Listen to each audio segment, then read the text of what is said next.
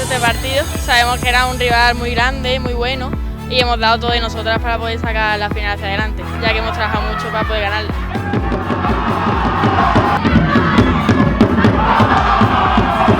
Siempre que intentas ser titular, jugar todos los minutos posibles y al final de cabo tienes que utilizar los minutos que te dan y dar tu máximo.